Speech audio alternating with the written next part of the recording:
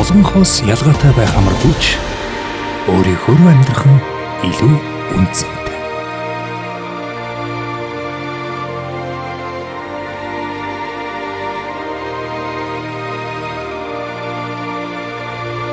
Хэнийг ч ялгалгүй хамтдан урагшлах нь лидийн эрхмэлдэг зарчим.